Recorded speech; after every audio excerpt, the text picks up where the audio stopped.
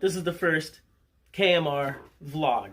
At the urging of my crew and some of my friends for years now, they've been saying, hey, you should talk about some of your Formula Drift stories, the stories inside the shop, the stories outside of the track. And I'm like, no, that's not cool, and I don't like talking into cameras.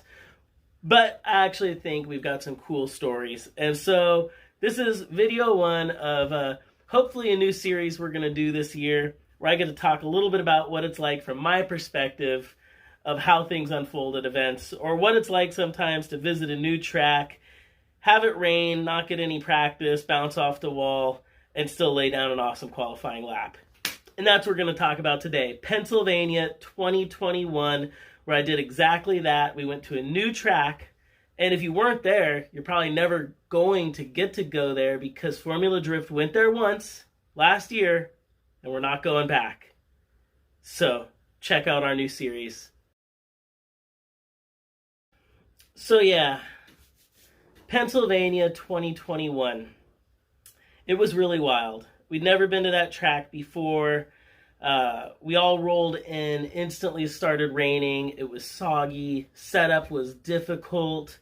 The overall layout was kind of unknown. And it had some really unique features in the track that we knew were going to make it difficult.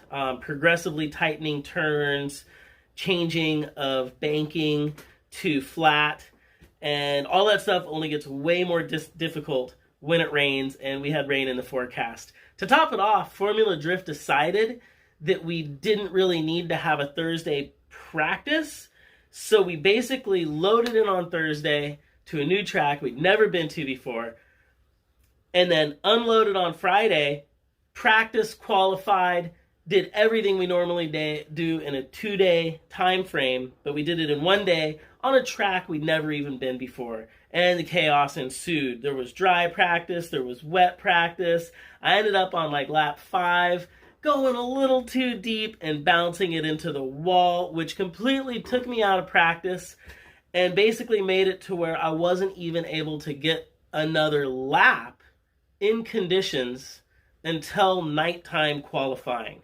Not only had the track gotten completely wet and I missed all the wet practice, but it had also gotten dark, and I'd probably only gotten a handful of laps on the track. You know, a warm-up lap and then 3 good laps, and I hit the wall on lap 5. So not stoked. Not stoked to be in Pennsylvania at that point, but it was a fun trip.